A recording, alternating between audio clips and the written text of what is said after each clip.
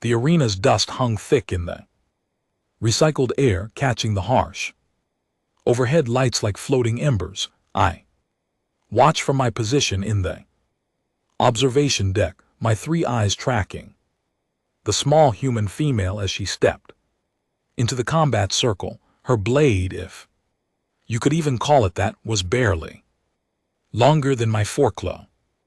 Beside me, Commander Throck let out a rumbling laugh that shook his massive frame. They sent us a child with a kitchen utensil. The humans mock us.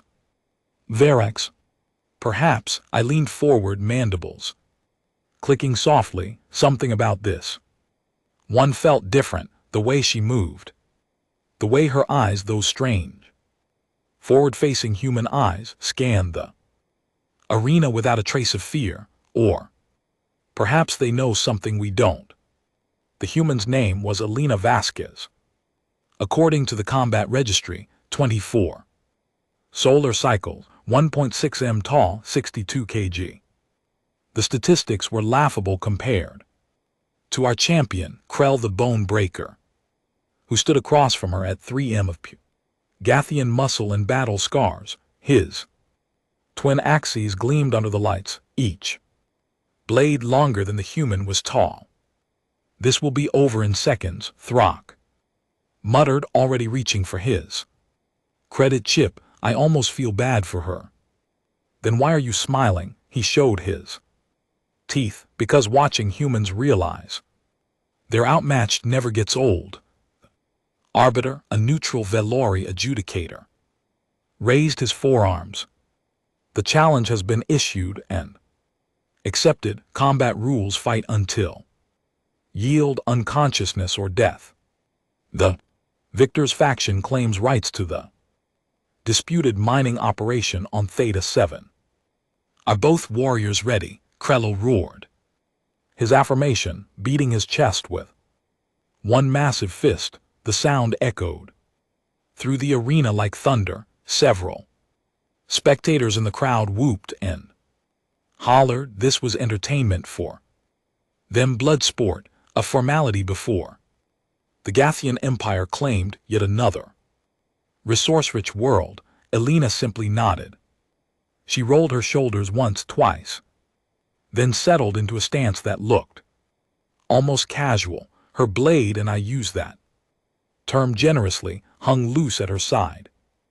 It was maybe 40 cm long, slightly curved with a worn leather grip. It looked like something you'd use to slice fruit, not fight a war. Begin, Krello charged immediately. Because of course he did.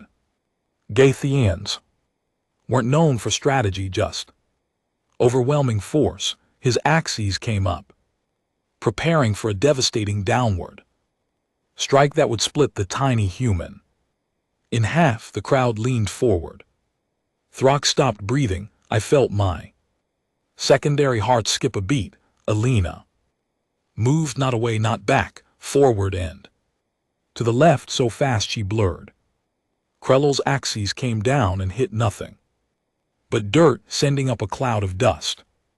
Before he could recover, before he could even register that he'd missed, the human was beside him. Her blade flicked out, almost lazy, and opened a line across his ribs. Krello stumbled back, more surprised than hurt. He touched the wound, looked at the purple blood on his fingers, and laughed. You'll have to do better than scratches, little thing. He swung again, horizontal this time, putting his entire body weight behind it. The axes whistled through the air, perfectly coordinated, covering every angle of escape. It was the killing blow that had ended 47 previous arena matches. Elena dropped into a slide, using the dusty ground like it was ice, passing under the deadly arc by centimeters. As she slid, that tiny blade came up and carved a deep line along the inside of Krell's left leg. The Gathian howled, not in pain, not yet, but in rage. He spun, tried to bring his axes down on the human's head. She was already gone, already rolling to her feet 5 m away. Her expression never changing, calm, focused, like she was practicing, not fighting for her life. And her species claimed to an entire planet. What is she doing? Throck whispered. Why doesn't she press her advantage? Because she doesn't need to, I said, slowly, understanding dawning like a cold sunrise. Watch Krell's leg. Champion was still standing still, snarling threats, but his left leg trembled just a little. The cut Alina had made looked shallow, insignificant. But I knew Gathian anatomy well enough to recognize what she'd done. She'd severed the lateral stabilizer tendon. With enough adrenaline, Krell wouldn't feel it yet, but when he tried to pivot, tried to generate power for another swing, he lunged forward, axes raised. His left leg buckled just for a second, just enough to throw off his timing. Alelina sidestepped, patient as stone, and her blade kissed his right arm as she passed. Another shallow cut, another precisely placed wound. She's taking him apart, I breathed. Piece by piece, the crowd was getting restless. They'd come for spectacle, for brutal displays of power. Instead, they were watching something that looked more like surgery than combat. Every time Krell attacked, Alina evaded by the smallest margin necessary. Every time she counterattacked, her blade found tendon, ligament, or muscle group with terrifying accuracy. This is wrong, Throck growled. She should be dead. He's 3 times her size. Size doesn't matter if you can't land a hit. 5 minutes into the fight, Krell was bleeding from 17 different wounds. Individually, none were serious. Together, they were catastrophic. His movements had slowed, his breathing came in ragged gasps, both arms trembled from damaged stabilizer muscles. When he tried to roar, it came out as a wheeze. Alina hadn't been touched once. She stood there watching him with those calm, forward-facing eyes, waiting. Her blade barely had any blood on it. She'd been so precise, so efficient, that there was almost no mess at all. Yield, she said quietly, the first word she'd spoken since entering the arena. Krell spat purple blood into the dirt. Never. Gathians don't yield to prey animals. He charged one last time, putting everything he had into a wild, desperate assault. His axes spun and slashed, creating a storm of sharp metal. It was impressive, terrifying. Even any normal opponent would have been forced to retreat, to give ground, to make mistakes. Alina walked through it like she was strolling through rain. Her blade moved 3 times, 3 quick, precise strikes. I barely saw them. First one opened Krell's right hand, forcing him to drop his axe. The second did the same to his left. The third delivered with a small step and a twist of her hips that somehow generated enormous power, struck the side of his knee. The Gathian went down hard. He tried to stand, but his ruined leg wouldn't support him. He tried to crawl for his weapons, but his damaged hands wouldn't close around the grips. Finally, he just knelt there in the dust, breathing hard, defeated but not dead. The arena had gone completely silent. Alina walked slowly toward him, her blade still in her hand. For a moment, I thought she might finish it, end him, claim the dramatic, bloody victory that would cement humanity's reputation. Instead, she crouched down until she was at eye level with the kneeling warrior. You're brave, she said softly. You fought well, but this is over. Yield and walk away. There's no shame in losing to a better fighter. Krell stared at her for a long moment, Something passed between them, some understanding I couldn't quite grasp. Then slowly he lowered his head. I yield, the arbiter's voice cracked slightly as he made the announcement. The human is victorious. That 7 mining rights go to the Terran Alliance. The crowd exploded into chaos, shouts of disbelief, anger, and was that cheering. Some of the spectators were actually applauding the human. Elena stood, helped Krell to his feet with surprising gentleness, and sheathed her tiny blade at her hip. Throck turned to me, his face pale beneath his scales.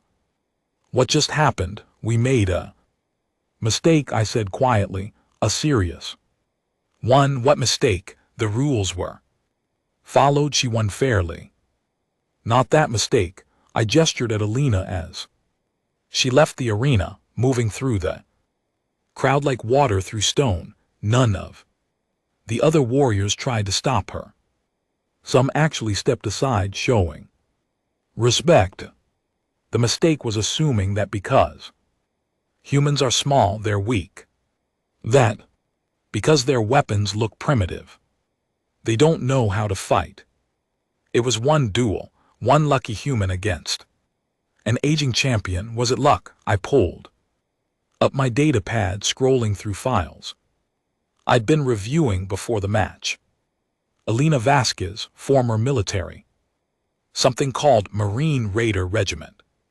Specialized in what humans call close quarters battle. After her service, she studied under 14 different martial masters across 7 human cultural traditions. She spent her entire adult life learning how to kill things bigger and stronger than herself. Throck was quiet for a moment. Why would they send someone like that? Why not just negotiate trade, use diplomacy?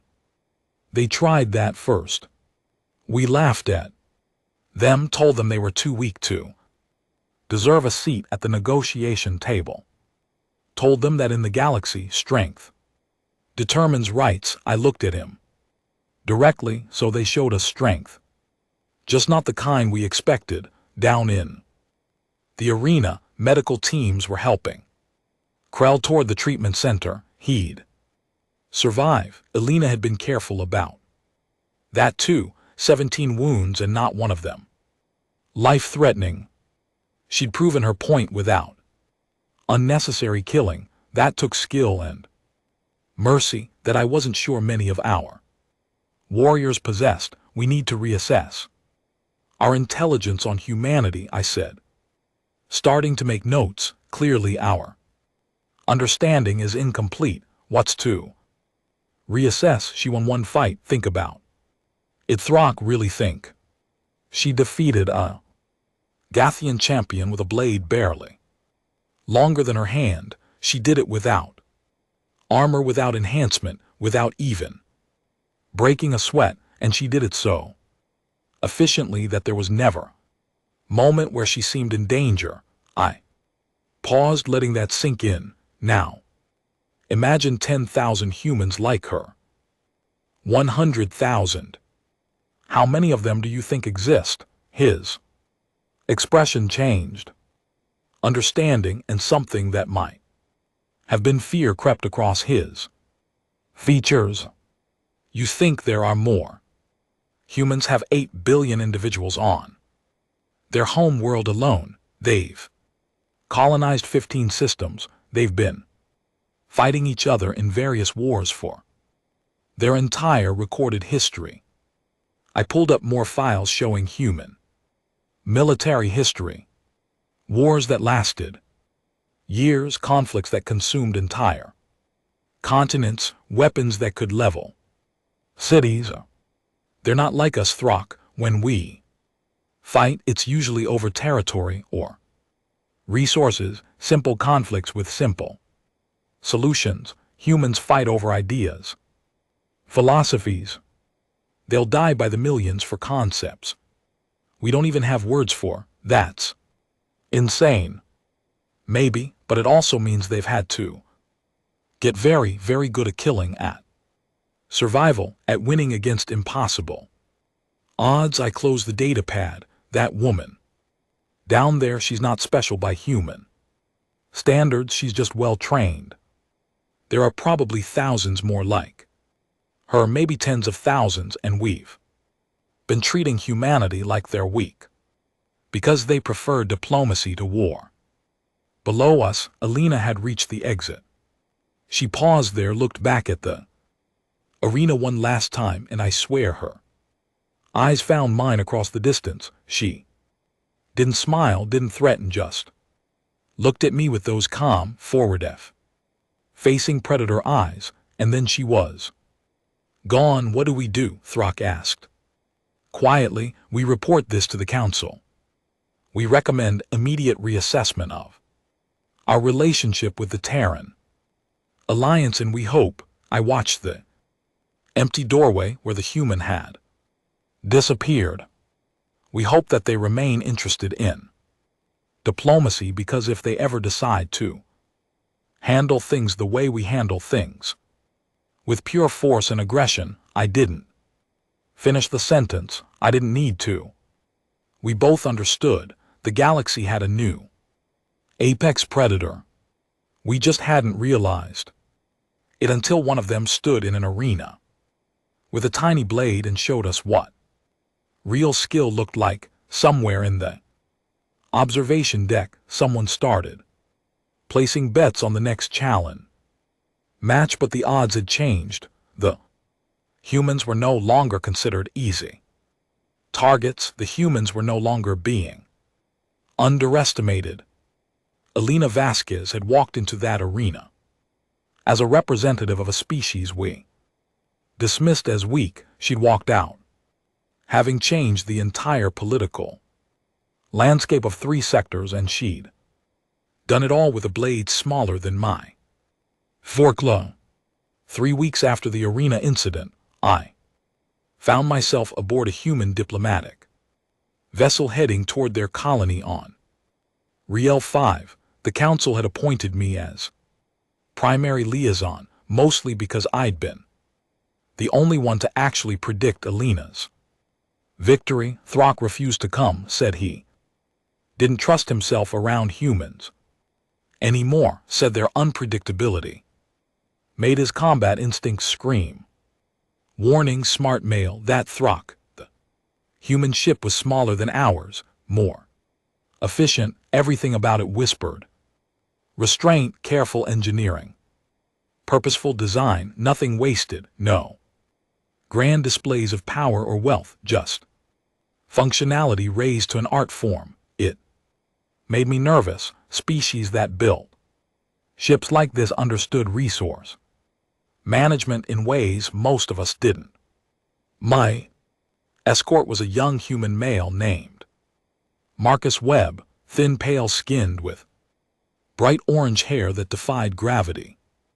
In several directions, he smiled too much, talked too much, asked questions about my home world, my family structure, my favorite foods. It felt invasive until I realized he was actually curious, not gathering intelligence. Humans did that, genuine interest in other beings, even potential enemies, terrifying, really. So you saw Alina fight?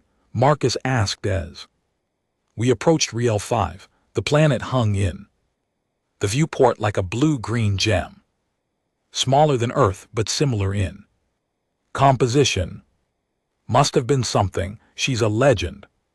Back home, she was adequate. I lied because admitting how thoroughly she dominated would hurt my pride. Your species has surprising combat capability for such small creatures. Marcus laughed. Actually laughed like I'd told a joke. Small man, you should see our kids. Alina's actually pretty tall for a human woman. Average height is more like 1.63. And we've got fighters who are barely 1.5, who could probably take apart most of your warriors just as efficiently. My secondary stomachs churned. Smaller ones, there were smaller ones who fought just as well. Why are you telling me? This isn't that tactical information. Sure, but it's not secret information. Anyone can look up human physical statistics. Besides, he gestured at the planet growing larger in the viewport. We are hoping this whole thing leads to actual friendship. Partners share information, enemies hoard it.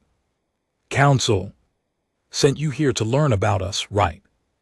So I'm helping you learn. You're very trusting for someone whose species was recently insulted and challenged. Trusting, Marcus considered that his expression thoughtful, nah, optimistic. Maybe we know what we're capable of. We know that if things go bad, we can handle ourselves, but why would we want things to go bad? War is expensive. Messy people die. Much rather be friends, trade partners, allies. Makes everyone richer and safer. The ship shuddered slightly as we entered atmosphere. Through the viewport, I could see the human colony sprawling across the northern continent. Not the ugly industrial scars I'd expected, but something that actually blended with the landscape. Buildings that incorporated native plant life. Transportation systems that worked around natural features instead of plowing through them. Agricultural zones that enhanced local ecosystems rather than replacing them. Your colony is unusual, I observed. How so? Most species terraform, reshape worlds to match their preferences. You seem to be adapting to the planet instead. Marcus nodded enthusiastically. Yeah, that's kind of our philosophy now.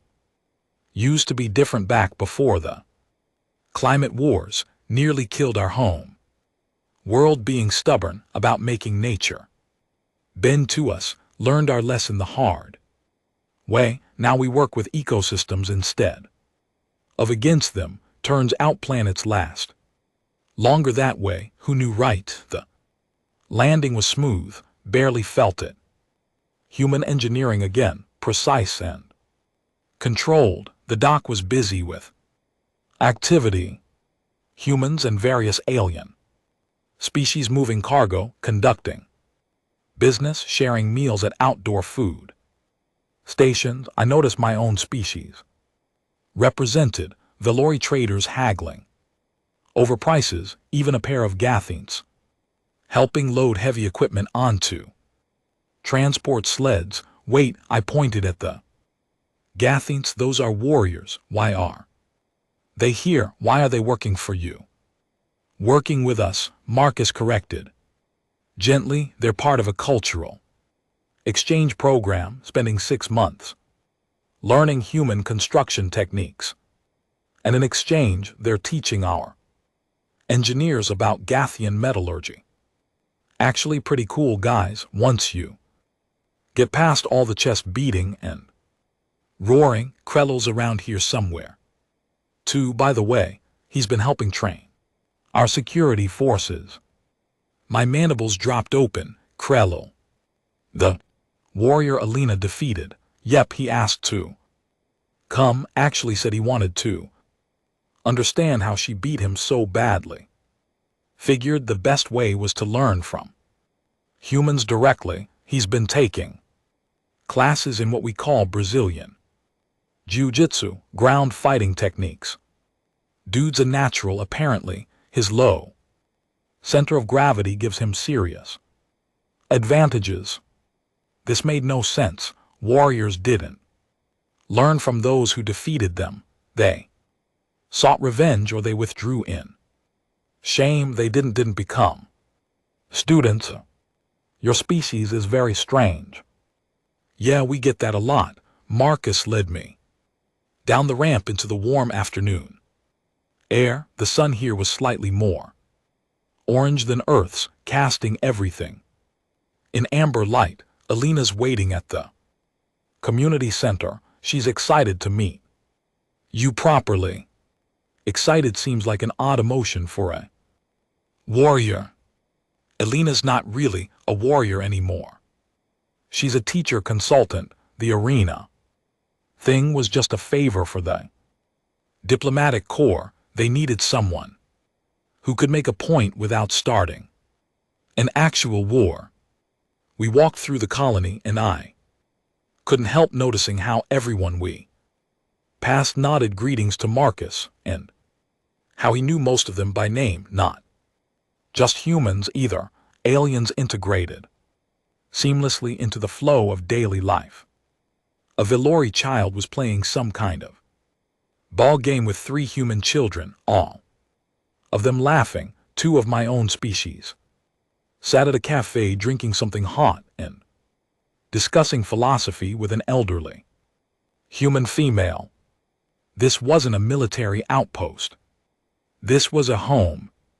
The community center was a low, sprawling building covered in flowering vines. Inside, the temperature was comfortable, the lighting gentle. Elena waited in a large open room, but she wasn't alone. 20 humans ranging from teenagers to elders stood in formation. All of them wore simple white uniforms. All of them had various blades at their hips. Elena stepped forward, and I instinctively took a step back. She noticed, smiled slightly. Relax. Ambassador Rex, you're a guest here. No one's going to challenge you, you know. My name, of course, read your file. Impressive career in diplomatic intelligence, 3 successful negotiations that prevented wars, 2 children, both serving in your military. You collect ancient manuscripts about space flight philosophy. She gestured around the room. These are my students. I thought you might want to understand what you actually saw in the arena. One of the students, a female barely into adulthood, raised her hand. Sensei, should we demonstrate, please? Maya, the young human, stepped into the center of the room. Another student, easily twice her mass and significantly taller, joined her. He carried a practice weapon, something blunt but heavy. Maya had nothing. They bowed to each other. Then the male attacked, swinging the heavy practice blade with force that would shatter bone. Maya moved almost exactly like Elena had, minimal motion, maximum efficiency. She redirected the blade past her body, stepped inside his guard and locked his arm in some kind of joint manipulation that forced him to drop the weapon. 3 seconds start to finish. They separated, bowed again, and returned to formation. Neither was breathing hard. This is what we teach, Elena explained, walking slowly around the room. Not how to be stronger, not how to hit harder. We teach leverage, timing, precision, how to use an opponent's size and strength against them, how to end fights quickly, efficiently, with minimal harm to either party if possible. Why would you teach minimal harm? Wouldn't maximum destruction be more effective? Elena stopped, looked at me directly. Tell me, Ambassador, if you defeat an enemy by killing them, what do you have? Victory, territory, resources, and one more dead being in the universe. Someone's family member, someone's friend, someone who might have contributed something valuable if they'd lived. She shook her head. We've done it the other way, fought wars where we tried to completely destroy our enemies. You know what we learned? That creating enemies is easy, creating friends is hard, and friends are worth more than territory. Marcus spoke up from beside me. After the climate wars, after the resource conflicts, after the pandemic years, we almost destroyed ourselves. Came really close. Billions died. Our planet nearly became uninhabitable. We survived by learning cooperation, by recognizing that different groups could contribute different strengths. Elena's fighting style is a perfect Metaphor for that philosophy. I don't understand. Alina smiled. In the arena I could have killed Krell in the first 30 seconds. One strike to the throat or the eye, or any of a dozen vital points.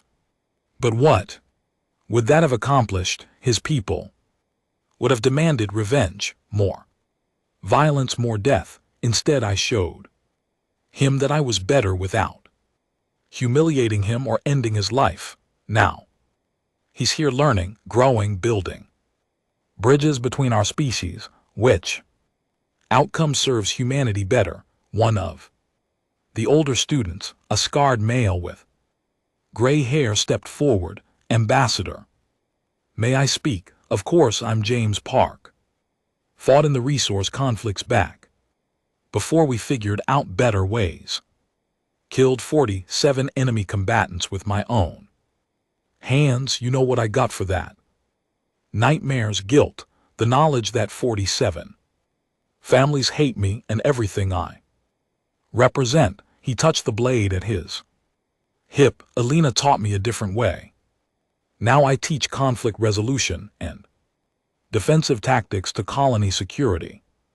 Forces across 3 systems haven't killed anyone in 20 years. Sleep much better now. This was confusing my understanding of human nature.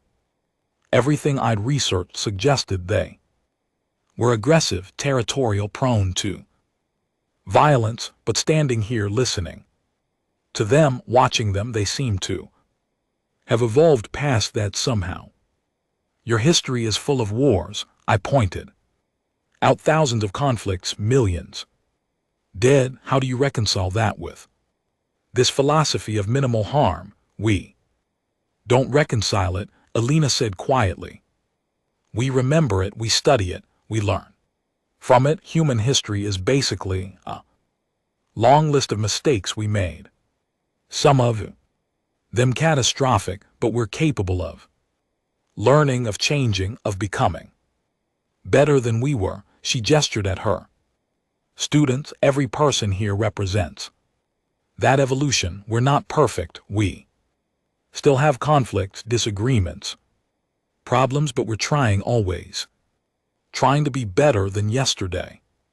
Marcus pulled up a holographic display showing statistics. Since implementing our current diplomatic approach, armed conflicts involving humanity are down 87%. Trade partnerships are up 240%. Cultural exchange programs have grown exponentially, and colony worlds like this one, they're thriving. Low crime, high satisfaction, multiple species coexisting peacefully. So the arena match, I said slowly, understanding dawning. That wasn't about proving you could fight. It was about proving we don't want to. Alina confirmed. Your council assumed we were weak because we preferred negotiation. We had to show we're not weak, just wise. Now we can actually talk as equals without anyone dismissing us. A chime sounded and Marcus checked his data pad. Ambassador, the official reception starts in 2 hours. You'll meet our colony administrator, representatives from 6 other species living here, and probably eat way too much food. Alina's going to be there too, receiving some kind of commendation for her arena performance. I look forward to it. I meant it surprisingly. But first, could I see more of your colony, understand how you've built this? Alina nodded. Absolutely, Marcus. Take him on the full tour, show him everything, no restrictions. Everything. I was suspicious. Now, you'll just show me your infrastructure, defenses, capabilities. Why not? We're not hiding anything. You want to trust us, you need to know us. Can't know us if we're keeping secrets. Alina walked toward the door, paused. Besides, Ambassador, you seem like someone who appreciates efficiency and honest effort. I think you'll like what You see, she was right, I did. The next 3 hours showed me agricultural systems that produced twice the yield of standard colonial farms while actually improving soil quality, water reclamation technology that was 99% efficient, energy generation that was completely sustainable and produced zero waste, medical facilities treating multiple species with equipment adapted for different physiologies, schools where human and alien children learn together, and everywhere that same philosophy: cooperation, adaptation, efficiency without waste, strength without arrogance. At the reception that evening, I watched Alina receive her commendation from the colony administrator. She accepted it with quiet grace, then immediately gave a speech thanking her teachers, her training partners, and specifically Krello for being a worthy opponent. The Gathian stood in the crowd, and when she mentioned him, he raised his glass in salute. No shame, no anger, just respect. Later, I found myself talking with Krell directly. You don't hate her for defeating you, he laughed. That deep Gathian rumble. Hate her, she's the best thing that happened to me. Before that fight, I thought I knew everything about combat. I was wrong. She showed me there are entire disciplines I'd never considered. Now I'm learning, growing, becoming better. He flexed his hands, which had healed completely. In Gorthathian culture, we respect strength. She's strong in ways I'm still understanding. That deserves honor, not hatred. I filed my report to the council that night, recommended full diplomatic recognition of humanity as equals, suggested cultural exchange programs, proposed trade agreements, warned them very clearly that underestimating humans would be a catastrophic mistake, not because humans were aggressive, not because they had superior weapons or larger ships, but because they'd learned something most species never did. They'd learned how to win without fighting, to show strength through restraint, to turn enemies into teachers and opponents into partners. That tiny blade Alina carried in the arena, it wasn't a weapon, it was a statement, a reminder that skill mattered more than size, that precision beat raw power, and that sometimes the smartest way to fight was to show you didn't need to. 3 months later, the council signed a comprehensive alliance with the Terran systems. Trade flourished, cultural exchange became standard. Humans began teaching their combat philosophies at militarities across 5 sectors, and Alina Vasquez, she retired from public life, went back to teaching, and probably never thought about how she'd changed galactic politics with one arena match and a blade smaller than my forkla. But I thought about it every single day, because she'd taught me something important, something I'd been too arrogant to see before. Size doesn't determine strength. Technology doesn't guarantee victory. What matters is wisdom, skill, and the courage to choose peace when war would be easier. The humans had all 3, and that made them the most dangerous species in the galaxy, precisely because they chose not to. 3.